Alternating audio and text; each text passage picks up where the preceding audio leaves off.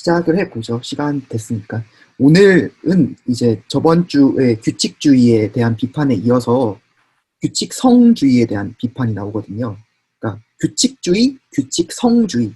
요게 이제 규칙 따르기의 딜레마 상황으로 브랜덤이 제시하는 거고, 요거를 자기식의 그 허용론에 근거한 의미론을 통해서 이 두 가지 양쪽의 딜레마들을 피해서 그 사이길로 가야 된다라고 브랜덤이 얘기를 하려고 하는 건데, 지금까지 논의를 좀 정리를 해보면 좋을 것 같아요. 그러니까 브랜덤은 일단 칸트 프레게의 주장을 따라서 인과적 질서와 인식적 질서, 자연적 질서와 규범적 질서를 구분을 했고, 또 비트겐슈타인의 주장을 따라서 우리가 특정한 대상이 지향적 상태를 갖고 있다. 그 대상이 무언가를 의미한다, 믿는다, 욕망한다, 이해한다라는 요런 것들은 그 규범적 질서를 바탕으로 설명이 돼야 된다고 주장을 했잖아요. 계속 반복하는 거지만 어떤 대상이 뭔가를 이제 의미하고 믿고 욕망하고 이해하고 한다는 거는 그 대상이 어떤 실천 속에 참여해서 어떤 기능을 수행하고 있다는 거다. 그래서 그 기능을 적절하게 잘 수행했는지에 따라서 옳다 그르다가 평가되게 되고, 거기에 따라서 얘가 뭔가를 이해하고 있구나, 욕망하고 있구나, 의미하고 있구나라는 그런 의미론적 층위들이 설명될 수 있다고 했잖아요. 이게 브랜덤이 지적하는 그 비트겐슈타인이 그 핵심적인 주장 중에 하나죠. 여기서부터 브랜덤이 구분한 게 의미론과 활용론에 대한 구분을 제시를 하잖아요. 우리의 의미론적 층위들에서 그 이루어지는 논의들을 이해하기 위해서는 그 행위자가 어떤 실천에 참여해서 어떤 그 기능을 수행하고 있는지를 봐야 된다. 그래서 활용론을 바탕으로 의미론을 성립시켜야 된다는 주장을 첫 번째로 비트겐슈타인을 가지고 제시한 거고, 저번 시간에는 두 번째로 그럼 그 활용론적 층위의 어떤 특징은 무엇이냐라고 했을 때, 이걸 브랜덤이 이제 우리가 참여하고 있는 그 실천이라는 거는 규범에 의해서 지배를 받고 있는데, 이 규범이라는 거는 명시적인 규칙의 형태이기 이전에 실천 속에 있는 암묵적인 규범으로서 이해가 된다라고 주장을 한 거죠. 그러니까 첫 번째로 비트겐슈타인을 가지고서 의미론적 층위를 설명하기 위해서는 활용론적인 층위가 뒷받침돼야 된다. 요거를 하나 설명을 한 거고, 그 활용론적 층위에서 다루어지는 규범이라는 거는 개별적인 어떤 명시화된 살인하지 말라, 간음하지 말라 이런 규칙이 아니라 우리가 사회 구성원으로서 살아가면서 모두 다 알고 있지만 암묵적으로 다 따르고 있고, 그 명시적으로 이렇게 얘기하지 않더라도 그 암묵적으로 종속되어 있는 그런 질서를 얘기하는 거다. 그런 질서가 있어야지 우리가 규칙주의가 빠지는 무한퇴행의 문제에 빠지지 않고서 그것을 중단시킬 수가 있다라고 얘기한 거고, 오늘 나오는 건 이제 규칙성주의인데, 그 규칙성주의에서 강조하는 거는 그 암시적 규범이라는 게 결코 어떤 성향 같은 인과의 질서로 환원될 수가 없다라는 또 하나의 강조거든요. 그래서 우리는 암시적 규범을 바탕으로 해서 의미를 이해하는데, 요때 요 암시적 규범이라는 것을 그냥 우리가 규칙적으로 수행한 어떤 성향에 근거해서 설명하려고 하거나 어떤 인과적인 다른 뭔가로 치환시키려고 하는 시도가 다 거부된다라는 걸 한 번 더 확증하는 논증인데, 이걸 한번 구체적으로 보도록 하겠습니다. 제가 지금 요즘 상태가 좀 안 좋아요. 제가 요즘에 과제 같은 것들 때문에 너무 막 일이 많아가지고 약간 계속 지금도 방금 전에 커피를 마시고 지금 왔는데 약간 상태가 안 좋아서 계속 말을 버벅거리거나 약간 막 이상한 소리 하거나 할 수 있으니까 좀 이해해 주시면 감사하겠습니다. 왜 이러지? 이 카페인으로 계속 버티시다가 이거 과부하로 쓰러지시는 거 아닌가요? 계속 이거 거의 도핑 상태인데, 지금. 아, 아유, 계속 뭐 일이 많아가지고. 그러니까 요거는 이제 첫 번째로 무한퇴행을 회피하기 위한 다른 모형이라는 게 나왔는데, 요거는 앞에서 나온 규칙주의라는 게 무한퇴행의 문제에 빠지기 때문에 요거를 회피하기 위한 다른 모형을 제시하려고 하는 시도가 있다. 그러니까 규칙주의는 이런 거였죠. 그러니까 규범이라는 건 규칙하고 똑같은 거다. 그래서 어떤 규범을 이해한다는 거는 명시화된, 아까 얘기했듯이 살인하지 말라, 간음하지 말라라는 이렇게 명시적으로 말해지는 이런 규칙을 이해하고 따른다는 거다. 라고 했는데, 이렇게 했을 때는 그러니까 그 규칙을 해석하기 위한 또 다른 규칙이 필요하고, 그 규칙에 대한 해석을 해석하기 위한 또 다른 규칙이 필요하면서 요건 무한타행이 발생하는데, 요거를 중단시켜야 된다라고 하면서 나오는 다른 모델이 있다는 거죠. 뭐냐면은, 그러니까 이 퇴행이라는 게 규칙 따르기, 규범에 의해서 이제 속박되어 있는, 종속되어 있는 규칙 따르기 모델이 행위자에게 적용될 때 그때 발생하는 거기 때문에 다른 어떤 이 퇴행을 피하기 위한 다른 전략이 있다. 이거는 이제 다른 전략은 뭐냐면은, 그러니까 규칙이라는 거는 오직 규칙성을 기술하는 것으로서 적절하고, 규칙성을 우리가 성취할 때 따르고 있는 그런 것으로서는 적절하지 않다라는 건데, 이게 뭔 말이냐면은 이런 거죠. 그러니까 여기 부분인데, 뭐지?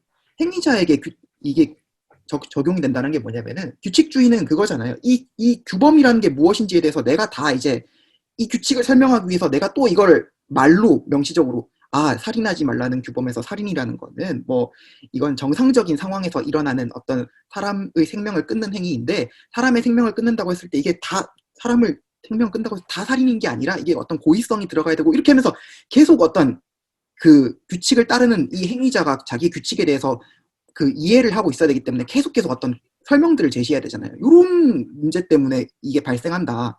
퇴행이라는 게 발생한다. 그럼 그걸 없애기 위해서 다른 식의 모델을 해보자라고 하거든요. 그러니까 퇴행이라는 건 규범에 의해 속박된 규칙 따르기 모델이 행위자에게 적용될 때 발생한다. 그래서 다른 모델이 뭐냐? 규칙은 단지 규칙성을 기술하는 것으로서 적절한다는데, 규칙성을 기술한다는 게 뭐냐? 일단은 요거를 구분하거든요. 랜덤 이 규칙성주의를 얘기하면서 요거 실천가랑 이론가의 징을 구분하는데, 요게 뭐냐면은, 그러니까 규칙성주의가 주장하는 건 그래요. 그러니까 어떤 실천에 참여해서 규칙을 따르는 사람이 반드시 규칙을 전부 다 자기가 따르는 규칙을 이해할 필요는 없다. 이 사람은 그냥 규칙에 맞는 행위들을 규칙적으로 생산해내기만 하면 될 뿐이고, 요 실천가가 그렇게 규칙적으로 생산해내는 그런 행위들을 보면서 이론가가 얘가 지금 하고 있는 이 규칙적인 행동들을 규칙의 층위에서 기술하기만 하면 된다. 이렇게 보는 거. 이게 이렇게 보는 게 이제 오늘 얘기할 규칙성주의거든요. 그러니까 실천가의 층위에서는 얘는 그냥 규칙에 맞는 행위만 생산하면 돼요. 얘는 규칙에 맞는 행위만 생산하면 되고, 이론가의 층위에서 이 이론가는 이 실천가를 보면서 얘가 규칙에 맞는 행위들을 생산하고 있으니까 요거는 규칙을 따르는 거다라고 2차적으로 평가하는 요런 구조가 규칙성주의에서 나타나는 거거든요. 그래서 왜 자꾸 넘어가지 이게? 그래서 이렇게 얘기하는 거죠. 규칙성주의는 뭐라고 얘기하냐면은 행위의 규칙성 속에 있는 암묵적인 규칙이 암묵적인 규범이 규칙을 통해서 이제 명시적으로 표현될 수는 있지만, 그게 꼭 요런 실천가들에 의해서 표현될 필요는 없다는 거죠. 그러니까 요 규칙적인 이 사람들의 규칙적인 행위 속에서 규범이라는 게 암시적인 그런 실천가들에 의해서 표현 가능해야 할 필요는 없다. 그러니까 이게 규칙을 따르는 거다, 따르지 않는다고 평가하는 거는 이론가들이고, 얘네 실천에 참여하고 있는 이 실천가들은 그냥 규칙에 맞는 행위만 하면 된다. 그러니까 규칙에 맞는 행위랑, 이게 뒤에서 보면 더 명확해지겠지만, 규칙에 맞는 행위, 규칙에 일치하는 행위랑 규칙을 따르는 행위를 동일하게 보려고 하는 게 규칙성주의의 핵심적인 문제거든요. 그래서 이 단순한 규칙성 이론이라는 게 나오는데, 이 이론은 뭐냐면은, 여기 이거 표시가 되면 안 되는데, 이렇게. 암묵적 규범에 대해 이야기하는 것은 규칙성에 대해 이야기하는 것이다. 그리고 실천에 있는 암묵적 규범에 따라 올바른 것이란 게 뭐냐면은 규칙적인 수행을 생산하는 것이다. 근데 이 부분에 이게 잘 나타나 있어요. 이게 뭐냐면은 실천 속에 있는 암묵적 규칙에 따라서 올바른 것이란 게 뭐냐? 이게 이제 규칙으로 표현된 명시적인 규범과 일치한다는 것이다. 그리고 이건 뭐냐? 규칙적인 어떤 수행들을 생산해낸다는 것이다. 이렇게 되는 건데, 이게 뭐냐면은 그냥 규칙성주의라는 거는 복잡하게 얘기했지만 아주 간단하게 얘기해서 규칙에 일치하게 행위한다는 것과 규칙에 따라서 올바르게 행위한다는 게 구분이 되지 않는 입장이거든요. 규칙에 일치하게 행위한다는 것과 규칙에 따라서 올바르게 행위한다는 것.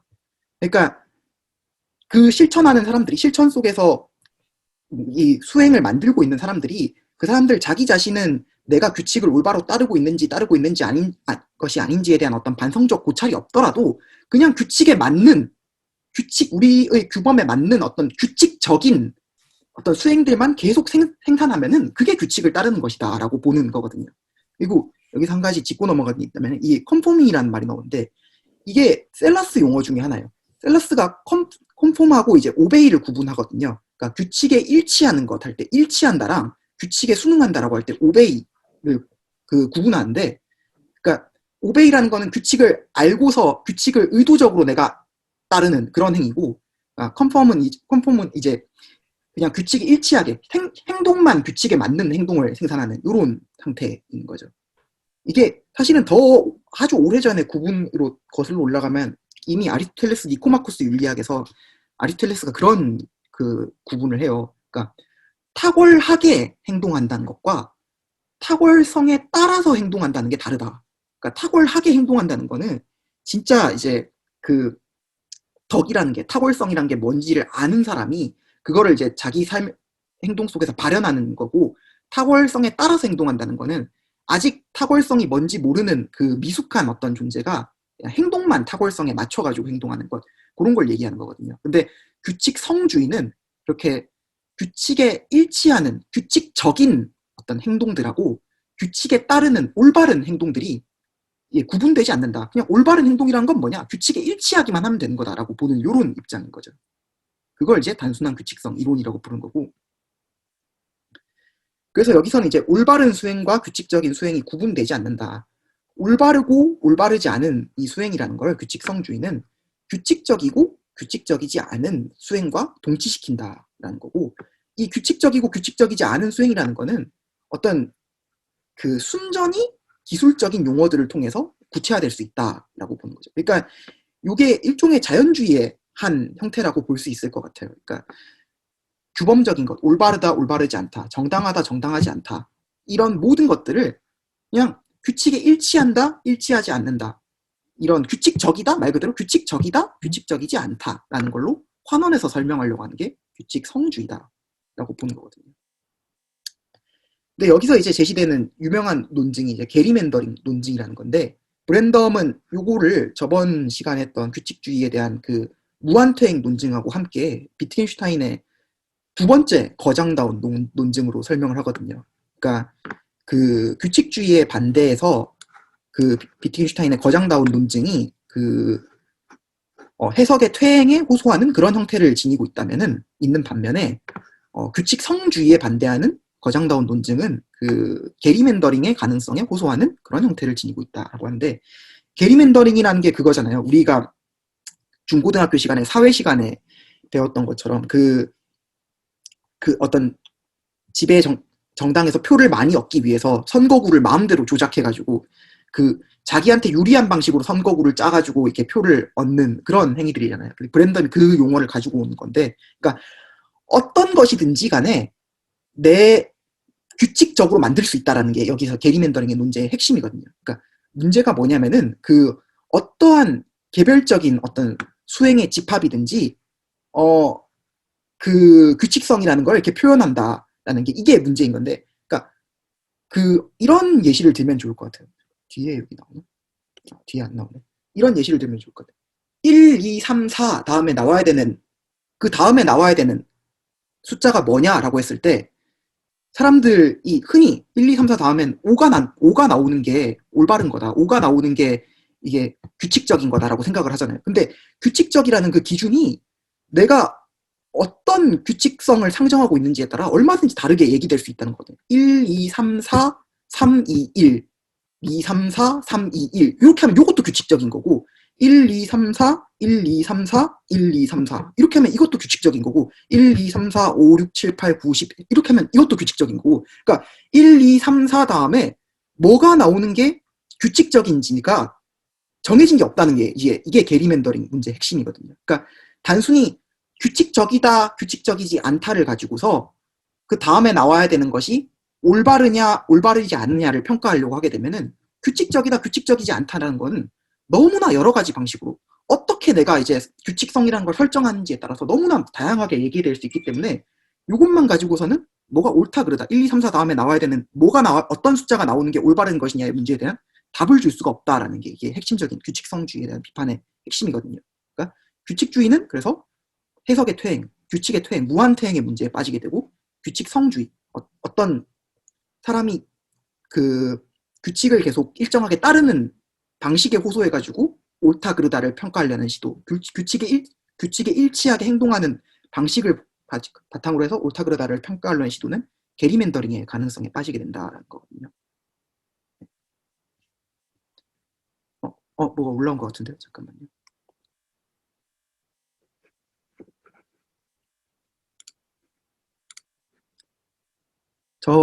저번 주에 마스터 아규먼트를 보고 들었던 생각인데, 마스터 아규먼트 마스터가 대가 같은 의미보다는 마스터 키의 마스터 같은 의미를 지닌다고, 뭐 그렇게 해도 될 것 같아요. 그러니까 어떤 것인지 다 된다.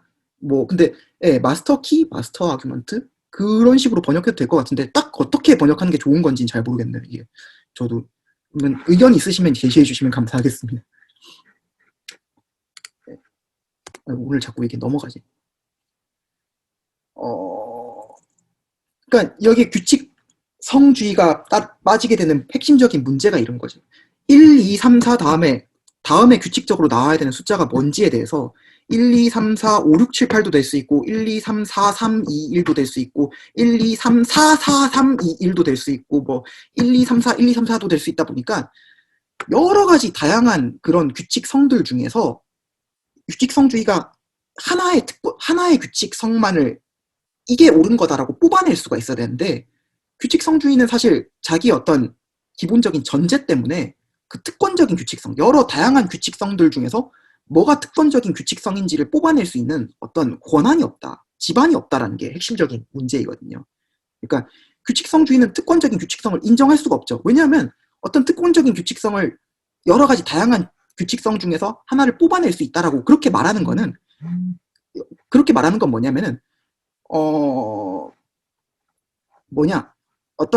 어떤 규칙성이 이렇게 어떤 규칙성이 다른 규칙성과는 달리 따라야만 하는 것으로서 뽑아내줘야 된다고. 그러니까 여러 가지 다양한 가능한 규칙성들 중에서 하나의 특권적인 규칙성만 인정하는 거는 그 특권적인 규칙성을 따르는 것이 그렇게 따라야만 하는 것이라고 인정하는 셈이 돼버리는 게 이제 규칙성주의의 문제거든요. 그러니까 규칙성주의의 핵심 주장은 뭐냐면은 옳다 그르다 정당하다 정당하지 않다라는 이 모든 규범적인 차원의 그 말들을 그냥 기술적인 차원의 말들로 규칙적이다 규칙적이지 않다라고 환원시킬 수 있다는 게 규칙성주의 핵심적인 주장이고 그게 규칙성주의가 약속하는 바인데 기술적인 그럼 차원만을 인정해야 규칙성주의가 성립하는데 문제는 그 다양한 규칙성들 중에서 요걸 우리가 따라야 된다. 요게 바로 우리가 따라야 되는 그 규칙성이다. 더 패턴이고 더 레귤러리티다. 이렇게 주장하게 되면은 결국에는 규칙성주의가 자신이 거부했던 그러니까 어떤 규범적인 층위의 문제들 다양한 것들 중에서 우리는 요거를 해야 한다라는 그 규범성의 영역이라는 걸 다시 자기한테 들어오는 셈이 되기 때문에 자기 모순에 빠지게 된다라는 게 핵심 논증이거든요. 그러니까 규칙성주의는 그래서 특권적인 규칙성이라는 걸 인정할 수가 없게 된다. 왜냐하면 수능되어야 되는 특권적인 규칙성을 인정하는 것은 결국에는 규칙성 앞에 있는 규범을 인정하는 것이다. 규칙성에 앞서는 규범을 인정하는 것이기 때문이다. 되는 거거든요. 그러면 이런 규칙성주의 한계를 극복하기 위해서 어떤 규칙성주의자들은 우리 어떤 성향의 그 디스포지션스 여기 성향에 호소하기도 하거든요. 그러니까 이게 어떤 거냐면은 1, 2, 3, 4 같은 유한한 규칙적인 어떤 수행의 집합을 가지고서 그 다음에 뭐가 나와야 될지를 도출하는 거는 불가능하다는 걸 그래 인정한다 나도 1, 2, 3, 4만 가지고서 뒤에 뭐 5가 나와야 되는지 4가 나와야 되는지 3이 나와야 되는지 뭐가 나와야 되는지는 모르니까 그러면은 이런 유한한 개별적인 수행의 집합이 아니라 우리가 개인이 생산할 성향을 지닌 수행의 무한한 집합을 가지고서 다음에 이제 어떤 게 나와야 될지를 결정하자. 그러니까 이런 전략이죠. 이제 우리는 어떤 상황에서 어떻게 반응하는 성향을 지니고 있다. 성향을 지니고 있는데 이 성향 때문에 우리가 개별적으로 조금씩 다른 상황에 놓이더라도 일정한 방식으로 규칙적으로 뭔가를 생산해낼 수 있다. 그러니까 우리가 지닌 이 성향이 뭐가 규칙적인지 규칙적이지 않은지에 대한 을 결정해주는 하나의 어떤 근거가 된다라고 보는 거거든요. 그러니까 개별적인 유한한 수행의 집합에 의존하는 게 아니라 무한하게 많은 다양한 수행의 집합들을 특정한 조건에서 생산해낼 수 있는 어떤 개인의 성향에 의존해가지고 그렇게 해서 규칙성주의를 좀 더 세련되게 갱신시켜보자라는 이런 시도가 있는데, 요것도 문제에 빠진다. 요게 이제 여기서 재밌는 게 이제 크리키의 이름이 나오는데, 사실 브랜덤이 요거를 인용하면서 크리키의 그 회의적 역설 논의를 가지고 오거든요. 크리키가 그 비트겐슈타인의 규칙 따르기 논증을 그 해설하면서 유명한 요 비트겐슈타인의 규칙과 사적 언어라는 요 유명한 책을 쓰는데, 여기서 크리키가 제시하는 게 비트겐슈타인은 회의적 역설이라는 걸 가지고서 그 규칙을 우리가 자명하게 따를 수 있다는 생각에 대해서 반대를 했다라고 하거든요. 근데 그 회의적 역설이라는 게 뭐냐면은 제가 아까 얘기했던 그 규칙성주의에 대한 브랜덤식의 비판 같은 거예요. 1, 2, 3, 4 다음에 뭐가 나와야 될지는 열려있는 문제다. 유한한 수행의 집합을 가지고서 무한하게 많은 그 가능성들 중에서 어떤 게 옳은 건지를 평가할 수가 없다라는, 요게 이제 크리키가 바라보는 그 비트겐슈타인의 핵심적인 주장이고, 그걸 이제 브랜덤은 규칙성주의에 대한 비트겐슈타인의 비판이다. 규칙성주의에 대한 그 비트겐슈타인의 게리맨더링 논증이다라고 이제 제시를 하는 건데, 그래서 여기 크리키가 나오는 거예요. 크리키의 입장하고 브랜덤의 입장이 일맥상통하는 점이 있기 때문에. 그래서 크리키가 근데 그런 성향의 호소에서 규칙성주의를 확장하려는 시도에 대해서 뭐라고 비판하느냐? 성향조차도 충분하지 않다.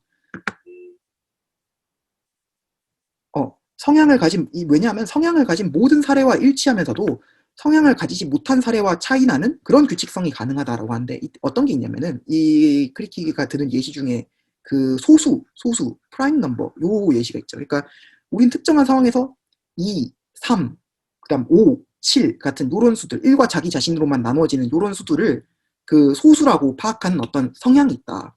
근데 요걸 소수라고 파악하는 성향이 있는데, 너무 큰 소수라 가지고 우리가 요게 소수가 맞는지 아닌지 파악하기 어렵게 되는 그런 수도 있지 않느냐. 그렇게 됐을 때는 단순히 성향만으로 우리가 요걸 딱 보고 딱 봤을 때 우리가 요걸 가지고 이건 소수도 아니다라고 말하는 그런 성향이 있다만으로 요게 소수인지 아닌지를 평가할 수가 없게 된다. 그런 문제들이 발생하게 된다라고 하는 게 크리키의 비판이거든요. 그러니까 지금까지 우리가 특정한 지금까지 우리가 생산해낸 그 규칙적인 성향들과 다 일치하면서도 너무 너무 어떤 숫자가 커지거나 너무 우리가 일반적으로 있는 상황과는 다르기 때문에 우리가 어떻게 이걸 성향을 가지고 우리가 가진 성향으로서도 요거를 이렇게 하는 게 옳은 건 이렇게 평가해야 되는지 다르게 얘기해야 되는 건지가 확실하지 않은 그런 상황들이 있다. 그렇기 때문에 규칙성주의가 성향에 호소한다고 해도 여전히 이전과 똑같은 유한한 그 규칙적인 사례의 집합들에 호소했을 때와 마찬가지의 문제에 빠지게 된다라고 하는 게 크리키의 비판이거든요.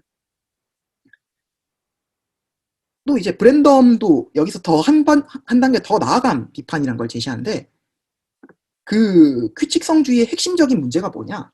그 크리키의 비판도 뭐 틀린 건 아니지만 더 심각한 문제가 뭐냐면은 우리가 하려는 성향을 지닌 무엇이든지 옳은 것으로 여겨질 경우에는 옳음과 그름의 구별이 사라지게 된다. 그러니까 요런 문제인거든요. 내가 하려는 어떤 성향을 지닌 게 다 옳은 거라면은 우리는 결국에는 틀릴 수조차 없게 된다. 그러니까 요게 문제인 거죠. 내가 하려는 대로 하는 게 다 규칙적인 것, 내가 하려는 대로 하는 게 다 규칙적인 것인데, 그렇게 규칙적인 것이 다 올바른 것이라면은 내가 틀리다라는 것, 내가 어떨 때는 잘못 행동하기도 하고 잘못 생각하기도 하고 잘못 판단하기도 한다는 건 어떻게 설명할 거냐, 규칙성주의가. 예를 들어서 이런 문제인 거죠. 나는 어떤 시험지의 문제에서 뭐 1285 곱하기 3275라는 요런 문제에 대해서 12874라는 대답을 하려는 성향을 가지고 있단 말이에요. 근데 내가 그렇게 대답하려는 성향을 가지고 있다는 사실이 그 대답을 옳게 만들어주지는 않는다는 거죠. 방금 그 예시도 제 마음대로 생각한 거예요. 12874가 진짜 답인지 아닌지 몰라요. 근데 제가 그렇게 대답하려는 성향을 가지고 있다는 것만으로 요게 옳은 것이라고 해버리면은 내가 틀렸다는 건 어떻게 평가할 수 있을 것이냐. 규칙성주의대로라면은 우리는 틀릴 수가 없게 되는데, 우리가 틀릴 수가 없게 된다는 건 어떤 핵심적인 문제를 낳냐면은 옳음과 그름의 구별이 사라지게 되면서 결국에는 규범의 힘이라는 것, 너는 이렇게 해야만 하고 이렇게 하면 안 된다라는 그 규범적인 힘이라는 게 상실되게 되는 것과 똑같은 문제가 발생하게 된다라는 거거든요. 그러니까 규칙성주의는 옳고 그름을 다 나의 성향에 호소하게 되는데 나의 성향대로 옳고 그름이 결정되는 것이라면 사실은 내가 틀릴 수 있다는 그 가능성 자체가 설명이 안 되게 되면서 규범적인 힘, 너는 이렇게 해야 되고 이렇게 하면 안 된다. 너는 지금 틀렸다. 그러니까 너의 태도를 바꿔야 된다라는 이 모든 것들이 다 상실되게 된다는 게 문제인 거죠. 그래서 여기서 이제 브랜덤이 또다시 한번 자신의 기획을 설명을 하는 거거든요. 그래서 우리가 어떤 것이 이제 칸트적인 이런 통찰에 대해서 만들어져야만 된다면은 칸트적인 통찰이 뭐냐면 규범적 차원에 대해 설명하는 이런 통찰에 대해서 우리가 뭔가 더 설명을 해야 된다면은 만족해야 되는 어떤 그 조건이라는 게 있다. 어떤 조건이냐?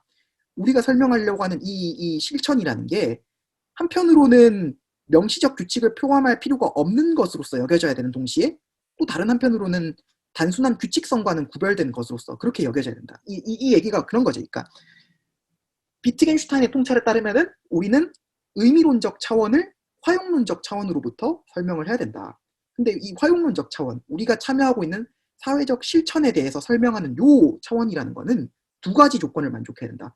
한편으로는 요 실천이 내재하고 있는 규범이라는 거는 규칙으로 환원돼서도 안 된다. 명시적 규칙으로 이 실천이라는 게 설명될 수도 없고 또 다른 한편으로는 요 실천에서 우리가 규칙을 따르고 있다는 것이 단순히 어떤 인과적인 성향을 가지고서 규칙에 맞는, 규칙과 일치하는 그런 행위를 생산하고 있다는 것으로서 설명되어서도 안 된다. 그래서 나는 이 비트겐슈타인의 요 통찰을 바탕으로 요 두 가지 조건의 사이끼를 가로지르는 요 두 가지 규칙주의와 규칙주의의 그 무한퇴행 문제와 규칙성주의의 게리맨더링 문제라는 이 양쪽의 딜레마를 사이에서 빠져나가는 그런 어떤 새로운 의미론을 제시하겠다라는 게 브랜덤의 기획이거든요.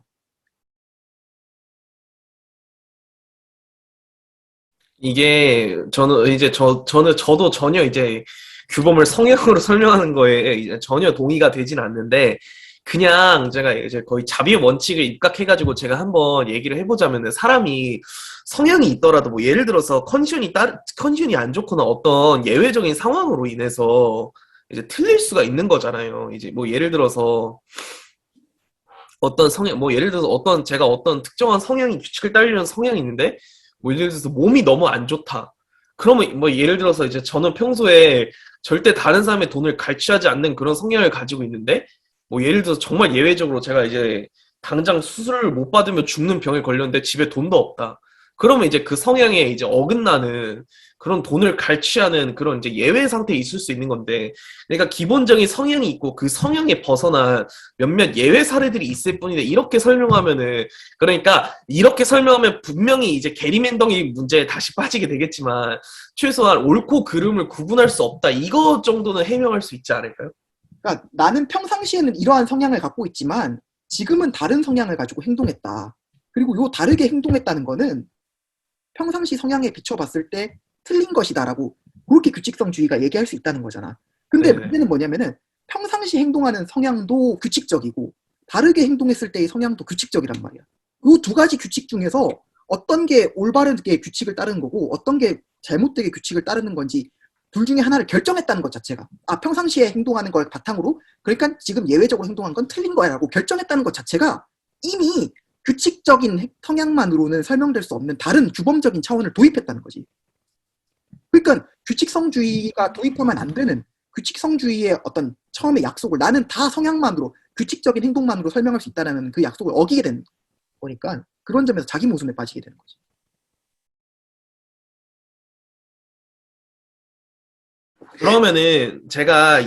그러면은 새로운 규칙성을 제기하겠다는 거예요? 아니면은 그러니까 그냥 규칙주의도 아니고 규칙성주의도 아닌 그 또 다른 그런 걸 제시하겠다라고 이해해야 될까요? 뭔가 이제 랜덤은 규칙주의도 아니고 규칙성주의도 아닌 다른 어떤 걸 제시한다는 거지.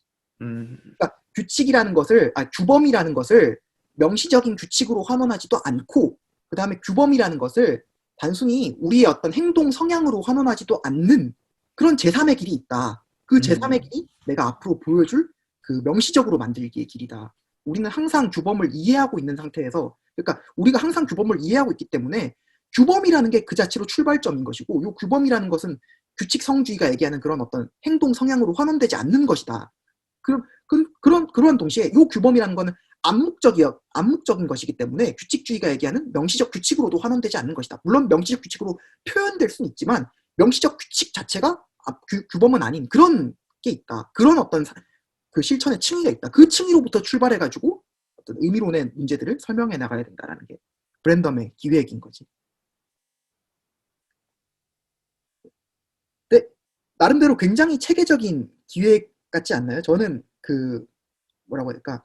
브랜덤이 확실히 물론 여기 동의하거나 동의하지 않거나는 되게 논란이 될 수 있는 문제라고 생각은 하지만 브랜덤이 가려고 하는 방향이라던가 아니면 그 방향으로 나아가기 위해서 문제들을 설정하고 철학사의 인물들을 인용하는 방식은 굉장히 체계적이라고 생각하거든요. 다시 얘기하지만 칸트랑 프레게를 가지고서 자연적 질서와 규범적 질서를 구분하고 비트겐슈타인을 가지고서 그 규범적 질서에 대한 어떤 설명을 제시하는데 그 규범적 질서라는 건 뭐냐? 이 규범적 질서를 우리가 따르고 있다는 것은 그 명시화된 규칙을 따르고 있다는 걸로 환원돼서도 안 되고 그다음에 어떤 그냥 규칙과 일치하는 행동 성향을 가지고 있다는 걸로도 환원돼서는 안 된다. 오히려 우리가 항상 암묵적 규범을 이해한 상태에서 이 암묵적 규범이라는 걸 대화 속에서 명시적으로 만들어 나간다는 요것으로 이해가 된다. 그리고 이렇게 이해가 될 때 요 화용론적 층위로부터 의미론적 층위, 뭐 우리가 뭔가를 의미한다, 이해한다, 뭐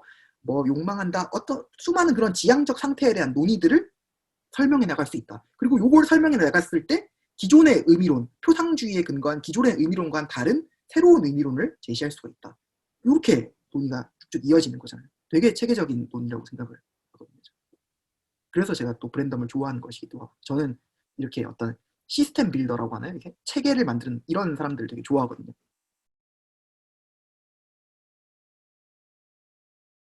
네. 그래서 요 부분부터 이제 오늘 내용이 시작되는데 요게 규칙주의의 딜레마가 있고 요런 규칙주의의 딜레마가 아니지 규칙주의가 빠지게 되는 퇴행 문제가라는 게 있고 이 퇴행 문제라는 게 왜 발생하느냐 이게 그 행위자한테 규범에 의해 제약된 규칙 따르기 모델이 행위자한테 적용되기 때문에 발생한다. 그러니까 우리 규칙을 따르는 우리 행위자가 규칙이라는 거에 대해서 계속 해석을 제시해야 되기 때문에 그렇기 때문에 발생하는 문제다. 그렇다면은 행위자한테 적용되지 않는, 행위자한테 호소하지 않는 그런 새로운 다른 그 대안적인 입장을 제시하면 어떨까? 그게 바로 이제 오늘 얘기할 규칙성주의고, 요게 이제 셀라스를 가지고서 규칙성주의를 설명하는 부분인데, 규칙성주의에서는 이제 환경 C에서 A라는 행위를 하도록 명령하는 규칙에 순응한다는 것. 그러니까 규칙을 따른다는 것이 어떤 거랑 동일시 된다면은 환경이 C일 때 A를 하는 것과 동일시 된다는 거. 그러니까 요거는 이제 규칙을 따르는 것. 환경 C에서 A를 하도록 명령하는 규칙에 순응하는 것.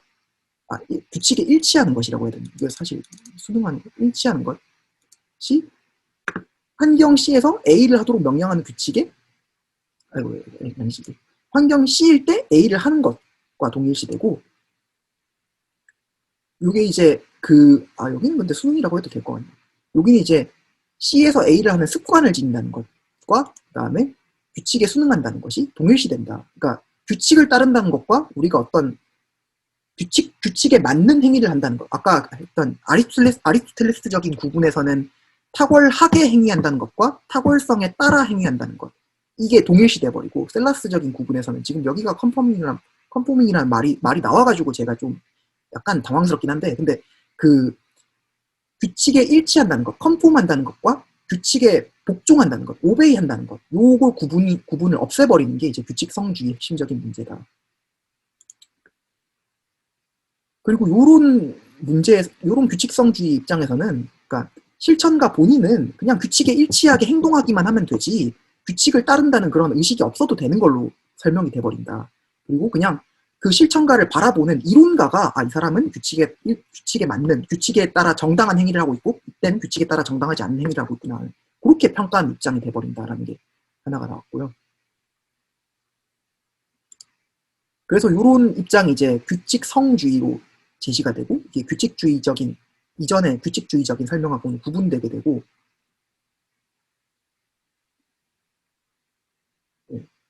그래서 이게 실천에 따라 올바르다는 것이 그냥 규칙에 일치한다는 것과 동일시되는데, 여기서 말하는 이 규칙에 일치한다는 건 뭐냐? 그냥 이제 그 규칙에 따라 올바른 것으로 우리에게 우리에게 우리에 대해서 규칙에 따라 올바른 것으로 그들이 여기는 그런 규칙적인 수행을 생산하는 것. 그러니까 규칙적인 수행을 생산하는 것과 규칙의 여기 뭐지? 올바른 것, 규칙에 따라 올바른 게 동일시되고 있다.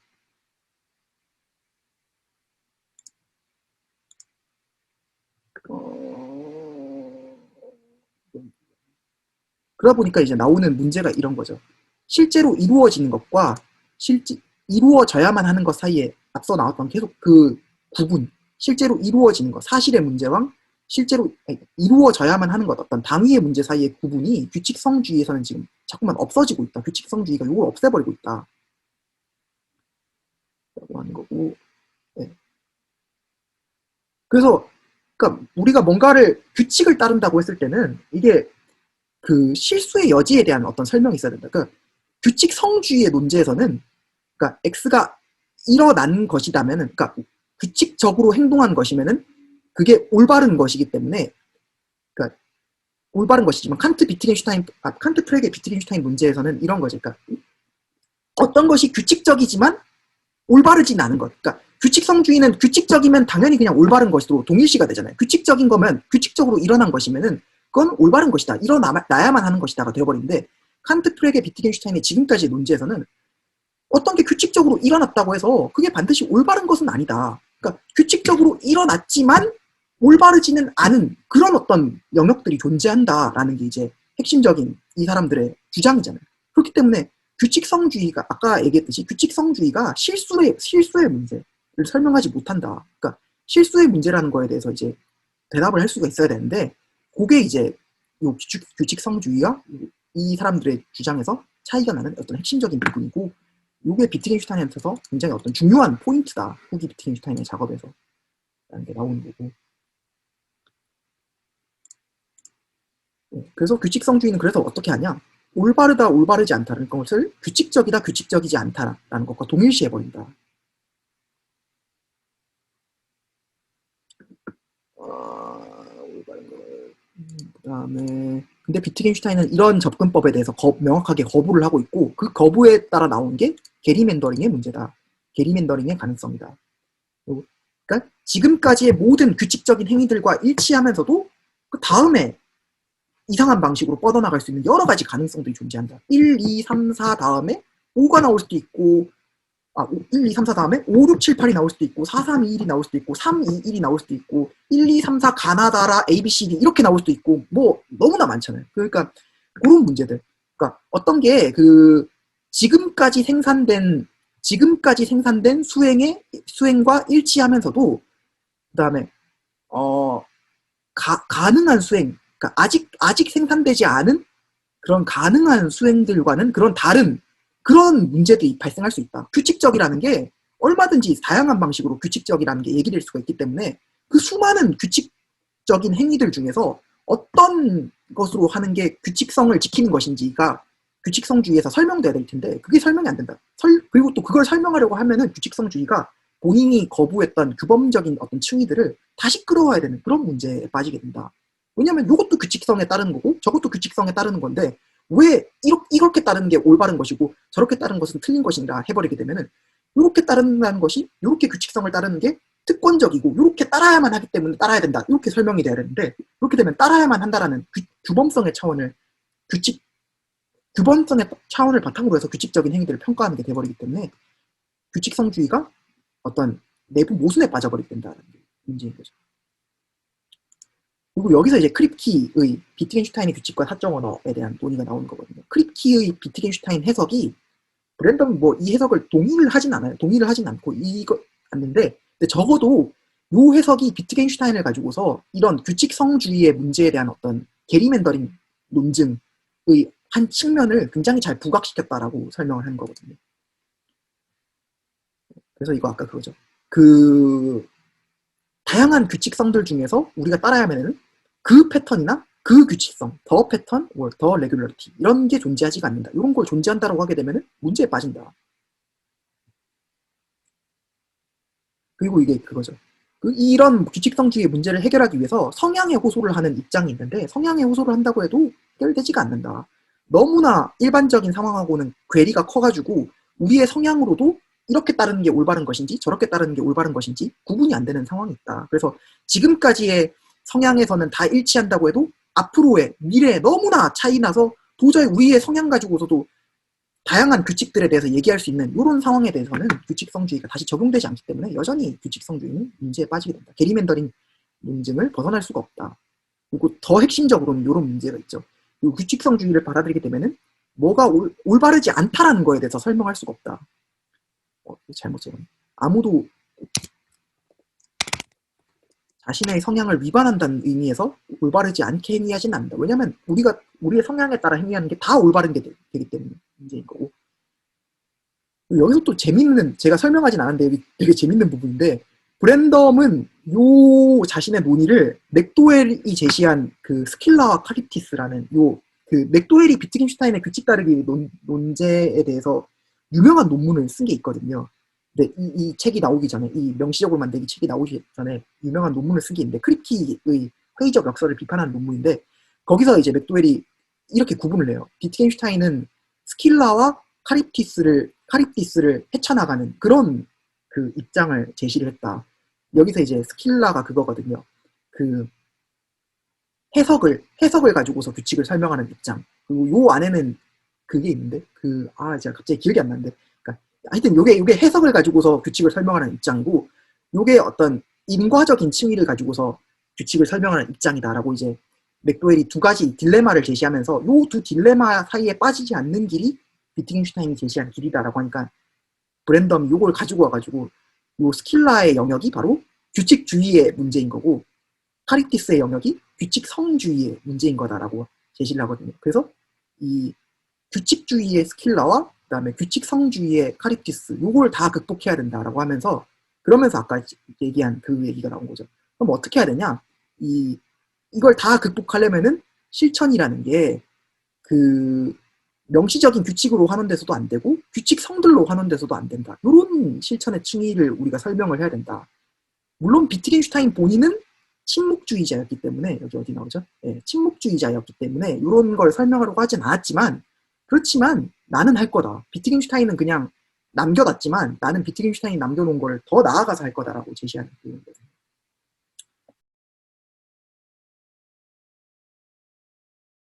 근데 재밌는 게 이런 분이에요. 브랜덤은 맥도웰을 항상 긍정적으로 인용해요. 근데 맥도웰은 항상 브랜덤을 부정적으로 인용하는 게 있거든요. 그게 바로 이제 제가 오늘 보여드리고 싶은 논문 중에 하나인데, 이거예요, 이거. 이 논문 제목부터 굉장히 도발적인 논문인데, 그 철학적 탐구를 이렇게 읽으면 안 되는 법. 뭐라고 해야 되지? 어떻게 철학적 탐구를 읽으면 안 되는가? 이거는 이제 좀 의역을 한 거고, 철학적 탐구를 이렇게 읽어서는 안 되는 법이라고 하는 게 맞는 것 같아요. 어떻게 읽으면 안 되는가? 뭐 하면서 브랜덤의 비트겐슈타인이라고 얘기를 하거든요. 굉장히 도발적인 제목인데, 여기서 맥도웰이 브랜덤을 엄청 까요. 맥도웰이 브랜덤을 엄청 까면서, 브랜덤의 주장이 실제 비트겐슈타인의 접근법하고 다르다. 그러니까 비트겐슈타인의 접근법하고 브랜덤의 접근법이 구분이 돼야 된다. 라고 하면서 이제 논의를 전개하는 건데, 이게 제가 지금 어제 막 급하게 이걸 생각해가지고 막 찾아보느라 다 읽어보질 못했고, 예전에 읽은 걸 가지고 제가 기억나가지고 다시 이게 좀 보여드리고 싶은 건데, 이 논문에서 사실 핵심적인 부분 여기라고 할 수 있어요. 여기인데, 이 부분인데, 그러니까 맥도웰이 이해하는 비트겐슈타인하고, 그러니까 맥도웰 누군지는 다 아시죠? 혹시 그 피츠버그 대학교에서 브랜덤하고 같이 있는 동료 학자거든요. 근데 맥도웰도 브랜덤하고 똑같이 제가 처음에 소개해드렸던 우리 시대에 가장 영향력 있는 50명 철학자 중에 한 명으로 뽑힌 사람인데, 둘 다 피츠버그 분석적 해결주의자라고 일컬어지고, 둘 다 피츠버그 학파, 셀라스, 브랜덤, 맥도 이렇게가 피츠버그 스쿨이라고 하거든요. 피츠버그 학파라고 일컬어지는데, 가만히 살펴보면은 전체적으로는 되게 비슷하고, 다 좌파 셀라스주의자라고 하는데 전체적으로는 되게 비슷한데 결정적인 부분에서 계속 차이가 있어요. 그 차이 중에 하나가 이제 비트겐슈타인이 해석한 이 부분인데, 그러니까 간단하게 설명하면 이런 거예요. 브랜덤 같은 경우에는 비트겐슈타인의 논의를 이렇게 보는 거죠. 한편에서는 어떤 규칙이라는 게 있고, 한편에서는 규범이라는 게 있는데, 그러니까 그 규칙의 의미라는 게 있는데, 기존의 입장들은 규칙으로부터 요 규범의 의미에 다가가기 위해서 그 규칙주의 같은 경우에는 중간에 규칙을 설정하고 그 규칙을 해석하면 또 다른 규칙을 설정하고 또 다른 규칙을 설정하면서 이렇게 해서 문제에 빠졌다. 이 문제인 거죠. 그러니까 그 아킬레스와 거북이, 저번 시간에 나왔던 그 아킬레스와 거북이 예화처럼 두 가지 사이에 거리가 있다는 걸 브랜덤은 인정을 해요. 규칙과 그 규칙의 의미 사이에 어떤 괴리가 있다. 근데 그 괴리를 지금까지의 표상주의적 의미론이 메워보려고 했는데 지금까지의 의미론으로는 메워지지가 않더라. 그렇기 때문에 이 거리를 메우기 위해서는 새로운 논의가 도입돼야 된다라고 하면서 암묵적 규범이라는 걸 도입해가지고 이 거리를 메우려고 하는 입장이거든요. 근데 맥도웰은 달라요. 맥도웰은 뭐냐면은 그런 갭을 설정하는 것 자체가 규칙과 규칙의 의미 사이에 어떤 거리가 있다라고 설정하는 것 자체가 잘못된 거다. 이 전제가 잘못된 거라고 지적하는 거예요. 그러니까 브랜덤은 이 전제를 인정한 상태에서 이 전제를 메워야 되는데 어떻게 메울 것인가? 표상주의적인 의미론으로 규칙주의적인 논의를 가지고서는 안 메워지더라. 그리고 규칙성주의의 논의를 가지고서도 이게 안 메워지더라. 그러니까 요거를 메울 수 있는 요 규칙과 규칙의 의미의 사이에 이 거리를 메울 수 있는 다른 이론이 필요하다. 그래서 새로운 이론을 만들려고 하는 거거든요. 그래서 브랜덤은 아까 맨 마지막에도 얘기했듯이 비트겐슈타인은 침묵주의자라서 이런 어떤 조건만 제시하고 이론을 만들진 않았는데 나는 이론을 만들겠다. 나는 이론을 만들어가지고 규칙과 규칙의 의미 사이에 이 거리를 메우겠다라고 하는 건데 그 맥도웰은 달라요. 이걸 메울 필요가 없다. 이걸 메워야 된다라고 가정하고 메워야 된다고 이론을 만들어야 된다고 생각하는 것 자체가 잘못이다. 요 갭에서 일단 우리가 이런 식으로 생각하게 되면 그러니까 그 해석이라는 게 이런 갭을 메울 수 있다라고 생각하게 되면은 그러면 이렇게 생각하게 되면 거기서부터 문제에 빠진 거다. 애초에 갭이라는 게 있다라고 상정을 하면 안 된다라는 걸로 이제 맥도웰은 논의를 전개를 시키는 거거든요. 그러니까 이 갭이라는 걸 상정하는 것 자체가 잘못된 것이고 그래서 우리가 예를 들어서 그 맥도웰은 이정표 예시를 드는데 어떤 화살표라는 요 이정표를 봤을 때 이 화살표 자체를 우리가 이해하지 못하기 때문에 다른 어떤 게 필요하고 화살표는 그냥 하나의 사물이잖아. 이렇게 되어 있다는 거는 그냥 손가락이 이렇게 사물일 뿐이지 이것 자체로는 어떤 의미를 지니고 있지 않잖아. 그러니까 그 오른쪽으로 가시오라고 이제 다시 이걸 적어놓기 위해서 해석이 필요하고 요 해석 자체도 오른쪽으로 가시오라는 건 그냥 글자일 뿐이잖아. 이건 의미 자체가 아니잖아. 그러니까 이건 의미 자체가 아니야. 우리 눈앞에 있는 이거는 화살표일 뿐이고 의미가 아니야. 우리 눈앞에 있는 이건 글자일 뿐이지 의미가 아니야라고 어떤 의미와 의미의 표현들, 규칙 자체와 규칙의 표현들 사이에 자꾸만 갭을 상정하게 되면은 갭을 상정하는 순간 갭을 상정하고 갭을 메우려는 그 시도는 자기 모순적이고 자기 상충적인 작업인 것이 어떤 뭘 분리시킨 다음에 다시 메워야 된다라고 하는 것 자체가 자기 모순적인 행위인 것이기 때문에 이걸 애초에 분리시키는 것 자체가 분리되어 있다고 가정하는 것 자체가 잘못이다라고 이렇게 비판하는 논증으로 가거든요. 그러니까 브랜덤하고 출발점이 좀 다른 거예요. 갭을 상정하고 갭을 메우려고 하는 시도인 것이냐 갭을 상정하면 안 된다라고 하는 시도인 것이냐 이게 이제 핵심적인 차이인 거거든요.